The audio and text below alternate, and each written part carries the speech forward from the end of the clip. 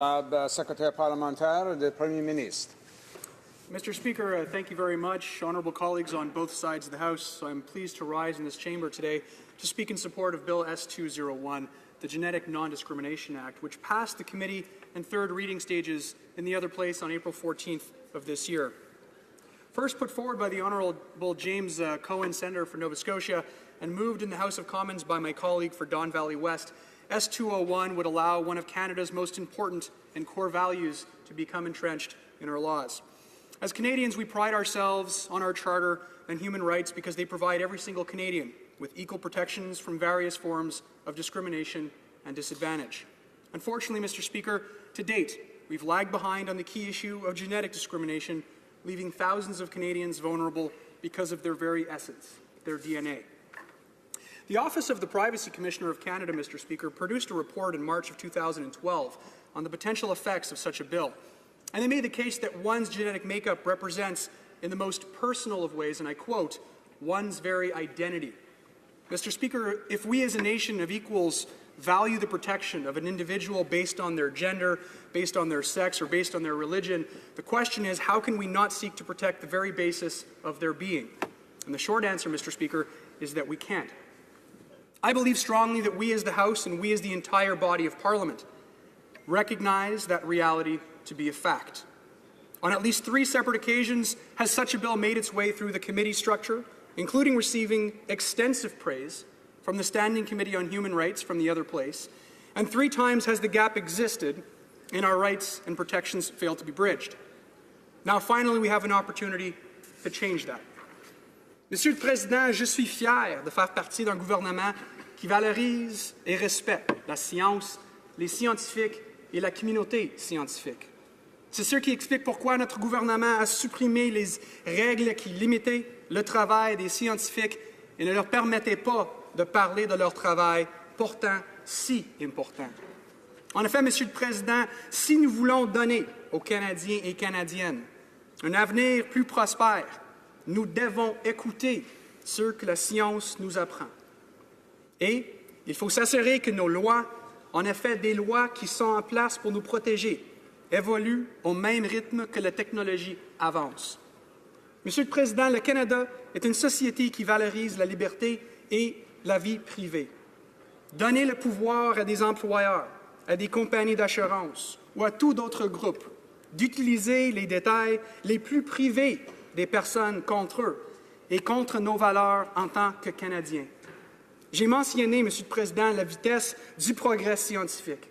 Eh bien, entre 2003 et 2016, le nombre de tests génétiques disponibles a passé de 100 à 33 000. Ces tests sont tellement importants pour permettre, par exemple, à des femmes de découvrir la possibilité de développer un cancer du sein plus rapidement et ainsi augmenter les chances de succès des traitements. Mr. Speaker, I myself have had cancer twice, and as a survivor, I'm well aware of the positive impact this type of technology has had and can have moving forward. Not just for me, Mr. Speaker, not just for the citizens of my riding of Vaudreuil-Soulanges, but for Canadians from coast to coast to coast. But, Mr. Speaker, without proper legislation, this reality is a double-edged sword. Billions of dollars in genome research has no doubt saved tens of thousands of Canadians affected by a variety of illnesses because we can now detect them in ways we couldn't before and therefore treat them better than we could before. And indeed, Mr. Speaker, for diseases such as cancer, time is everything. Time is life. But it also means, Mr. Speaker, that there are about 33,000 new ways for someone to try and seep into the personal lives of an individual, ultimately giving them the power to possibly fire, overcharge, or discriminate against them. Should Bill S-201 not pass through this chamber, Canada may face serious public health challenges, where Canadians who are concerned about being treated unfairly due to the fact that their employers or insurers require them to disclose the results of genetic testing will no longer seek such beneficial testing. The consequences, Mr. Speaker, could be that thousands of individuals may never know their chances of developing certain illnesses because they fear the consequences of discrimination more. So, Mr. Speaker, we can live in a country that proudly respects science and advances the scientific community has given us, while also protecting the rights and freedoms we as Canadians so proudly enjoy. And that is exactly what Bill S-201 seeks to accomplish. At its core, this bill addresses an important change that needs to be made to both the Canadian Labour Code and the Canadian Human Rights Act. It is not, however, without its challenges. We are a government of collaboration, committed to engaging with our provincial and territorial counterparts to ensure that certain parts of this bill do not interfere with their jurisdiction. We must nonetheless remain committed to supporting the Genetic Non-Discrimination Act after ensuring that the rights of the provinces and territories are safeguarded and used to effectively promote the same principles that this bill puts forward.